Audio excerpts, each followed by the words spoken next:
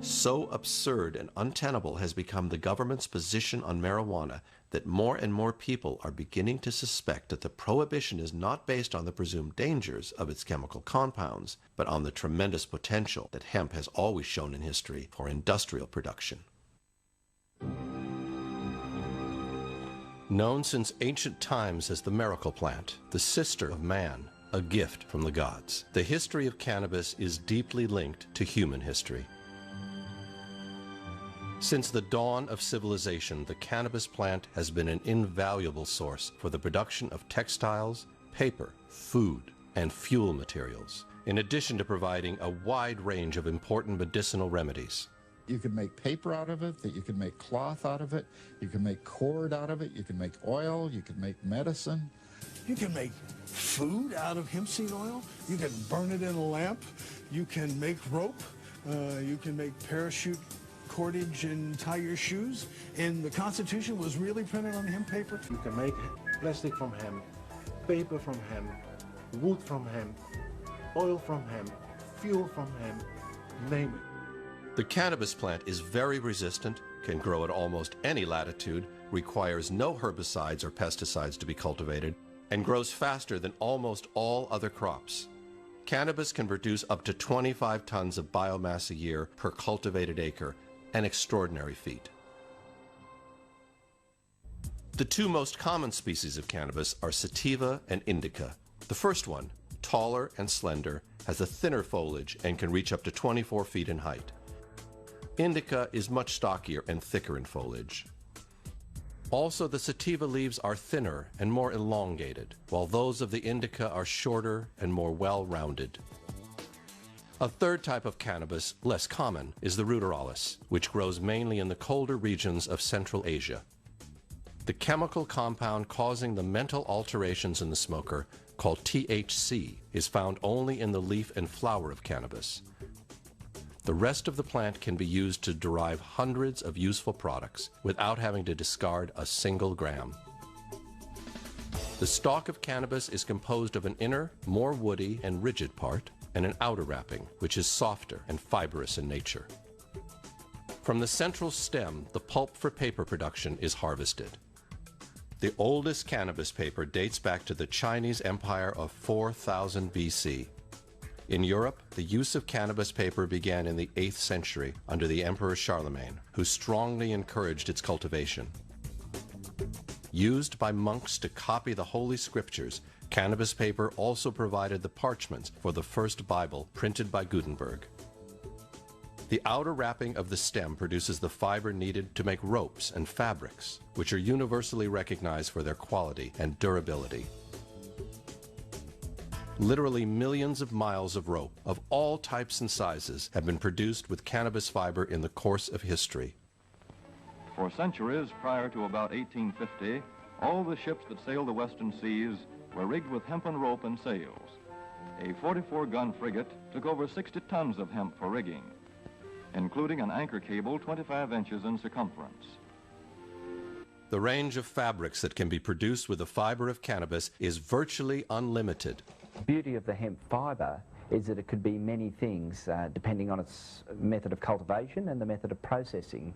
These can range from coarse hessians, industrial fabrics such as carpet backings, to the finest linens. With special steam treatment, the fibre can fibrillate and produce a cloth of a silky consistency, which is indistinguishable from natural silk. Fabrics from cannabis are generally softer and stronger than cotton. They cost less, and their manufacturing, unlike cotton, produces virtually no pollution. Hemp is undoubtedly the most durable of the natural fibres. The original Levi jeans were made from recycled sailcloth, which was made from hemp fibre, and it proved its worth under the most trying of conditions. The testing we've done over 3 years, 3 years of very hard wash and wear, don't make the slightest impression on the hemp fibre. It softens, but it doesn't weaken. The seeds of cannabis can be used as a food base, ground into a high-protein flour, or used to produce an excellent edible oil, rich in protein, carbohydrates, and essential fatty acids, such as omega-3 and omega-6. Hemp seed oil is unique in having such a high proportion of the omega-3 unsaturated fatty acids. with a very strong cardioprotective effect. It has a near complete balance of essential amino acids, second only to soybean. The oil of cannabis may also provide a superior fuel for illumination and domestic heating, or it can be used as fuel for cars in the form of ethanol. As you can see, there is no smoke emitting from this in this room. Try this with a tablespoon or two of gasoline, and you will have the comparative test. Also, when your engine is through burning on gasoline, take it apart and see how much dirty carbon you find in the engine. We found that running a car 3,500 miles, we couldn't even get a white glove dirty when we took our finger inside of the exhaust pipe. In 1941, the manufacturer Henry Ford designed an automobile that was built almost entirely with vegetable products, especially cannabis and its derivatives. The engine was already using a blend of 10% ethanol, while the body was made up of a special biodegradable plastic, much lighter but significantly stronger than a normal metallic body. In fact, there are at least 5,000 items that can be produced with cannabis. Amongst these are crackers, animal cages, insulation materials, textile fibers, guitar cases, sheets, rollers for massage, mascara, napkins, oatmeal, mattresses, footwear, t-shirts, shoelaces, earmuffs, diapers, baby pacifiers, pillows, hammocks, speaker boxes, shower curtains, chairs, deodorants, blankets, drums, coffee filters, clogs, sawdust for the stalls, curtains, hats, boots, ironing boards, underwear, towels, gloves, candles, surfboards, and even houses can be built in large part with cannabis products. Despite this, the production of cannabis is currently banned practically everywhere in the world. The problems for cannabis began in the 1930s. In the wake of the Industrial Revolution, a new movement in America was born. It was called Chemergy, and it listed the very Henry Ford among its founders. Instead of abandoning agriculture to itself and directing all the investments toward the industry, this movement sought to transform and harness the agricultural output in order to integrate it into industrial production. The idea was to use agricultural products, mainly cannabis, to provide the industry with all the raw materials it needed. But there was a major handicap in making the production of cannabis truly competitive.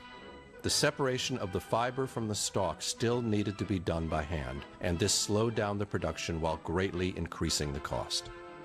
But the invention of a new machine, the decorticator, seemed to remove the last barrier for cannabis, finally promising unlimited success. At that time, the magazine Popular Mechanics published a landmark article entitled New Billion-Dollar Crop, in which it envisioned a tremendous revival of cannabis plantations all around the world. But not everyone seemed to be happy with the future success of this miracle plant. At that time, the magnate of pink journalism, William Randal Hearst, had bought millions of acres of timber forests, which he intended to use to make paper for his ever more popular tabloid publications. With the return of hemp paper, far less expensive than tree paper, his empire was doomed to collapse in a short period of time.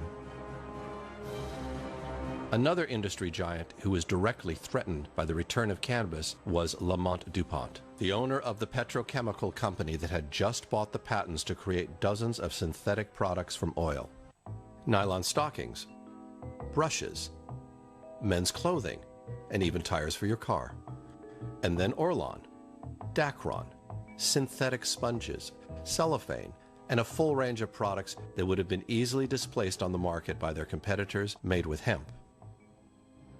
Apart from the risk of losing millions of dollars, Hearst and DuPont had something else in common. They were both funded by one of the most powerful bankers of the time, Andrew Mellon. Andrew Mellon was also the owner of Gulf Oil, one of the so-called Seven Sisters. At that time, oil companies were expanding at great speed, but were likely to see their investments vanish by the mass production of cannabis, which offered a much cleaner and more economical fuel. Nor should we forget the young pharmaceutical industry, which was financed by two other powerful bankers, John Rockefeller and Andrew Carnegie. These people were conducting an all-out campaign to eliminate the accepted natural herbal treatments, including cannabis from the pharmacopoeia, while trying to replace them with drugs created in the laboratory. Furthermore, Rockefeller was also the owner of Standard Oil, which had already started to invade America with its refineries and its service stations. Thus was born this natural alliance between the synthetic textile industry, the oil industry, the producers of plastics and its derivatives, and the pharmaceutical industry. They all needed to get rid of the common enemy as soon as possible. Luckily for all, at that time, Andrew Mellon was also the Secretary of the Treasury. From that powerful position, he appointed his future son-in-law, Harry Anslinger, to be the head of the new Federal Bureau of Narcotics. Harry Anslinger had already had experience as a federal agent during Prohibition. His job was now to transform the crumbling bureaucracy of Prohibition, which in the meantime had been abolished, into a new weapon to combat and eradicate cannabis from the future of the nation. The Treasury Department intends to pursue a relentless warfare against the despicable, dope-peddling vulture who preys on the weakness of his fellow man. One, however, could not openly attack cannabis, which was a plant loved and respected by the vast majority. Hearst then had the brilliant idea to use the Mexican nickname marijuana, which was totally unknown to Americans at the time. In doing so, on one hand, he managed to divert the suspicions of the true objectives of the operation. On the other, by attaching the use of marijuana to blacks and Mexicans, it made it much easier to ride the growing wave of racism that was already sweeping across the country at the time. Adding fuel to the fire, Anslinger declared that marijuana is mostly used by Negroes, Hispanics, Filipinos, and entertainers. Their satanic music, jazz, and swing result from marijuana use. This marijuana causes white women to seek sexual relations with the Negroes, entertainers, and any others. The backlash was immediate, and soon a new green monster was born. The market was flooded with publications of all kinds in which marijuana, also known as reefer, became synonymous with sin, moral depravity, violence, recklessness, and even murder. From the most popular tabloids to adventure books, from comic strips to sophisticated magazines such as Cosmopolitan, all owned by Randolph Hearst, there was hardly a publication that didn't jump on the bandwagon of demonizing marijuana. Now that Puritan America had found its enemy, Anslinger felt it was time to extend the fear of contagion to the entire population. America is threatened by a new drug menace. Street corner vendors whose stock in trade is the deadly local weed marijuana pass it out in cigarette form. From ingeniously concealed containers, the reefers go to the waiting hands of deluded youngsters. Marijuana, the dried leaves and flowers of the Indian hempweed, is used in the form of a cigarette. Marijuana smoking, experts point out, can make a helpless addict of its victim within weeks, causing physical and moral ruin and death. Yes, let's go, Jack. I'm red hot.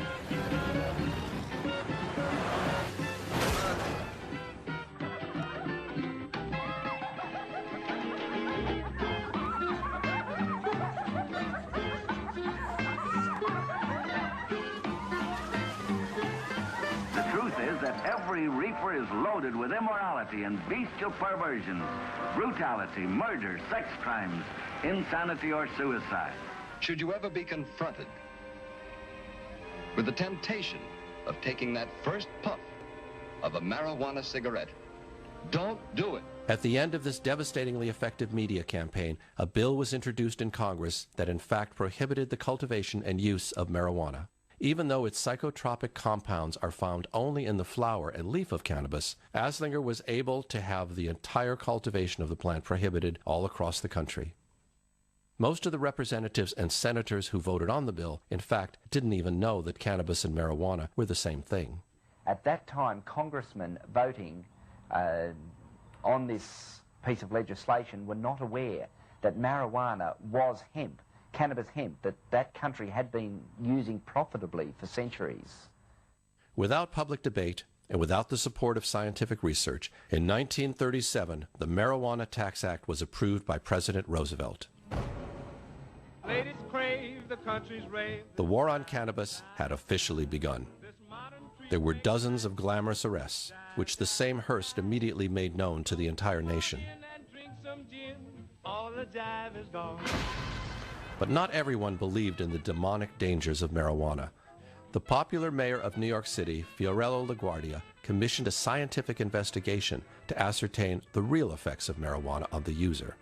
31 independent scientists worked for over 5 years, completing what became the first known scientific study on the use of marijuana.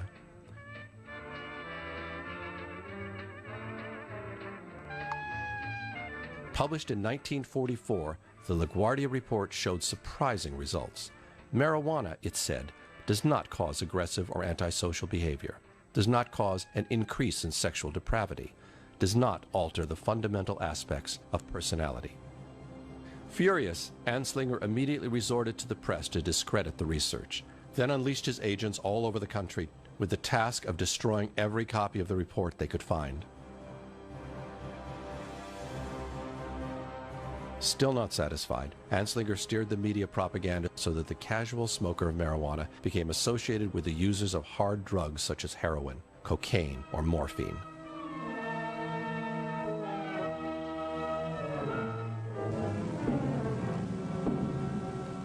It is a symbol of narcotic addiction. It is poisoning the blood of our country. But it occurs when the addict is deprived of his narcotic. He is experiencing withdrawal symptoms. He lives from fix to fix. The addict must have his drug, and to get it he must have money, and that much money comes hard. Marijuana is also smoked. Marijuana is the most prevalent narcotic among juveniles. Its greatest danger lies in the fact that it is a stepping stone to the harder drugs such as morphine and heroin. 95% of narcotic addicts begin with the use of marijuana. Based on this myth, which has never been confirmed by scientific research, the marijuana user was equated with the figure of the pathetic drug addict, the social reject, the loser who no longer had a chance of recovery. Building on this misinformation campaign, Anslinger convinced Congress to enact new laws which provided that the smoker of marijuana would suffer the same penalties as that of hard drug users such as cocaine or heroin. In 1956, the first arrest for possession of marijuana carried a mandatory sentence of 2 to 10 years in prison. In some states like Missouri, a second arrest for marijuana possession could be punished with life behind bars. Now that America was under control, Anslinger turned his attention to the rest of the world, where cannabis was still being cultivated freely.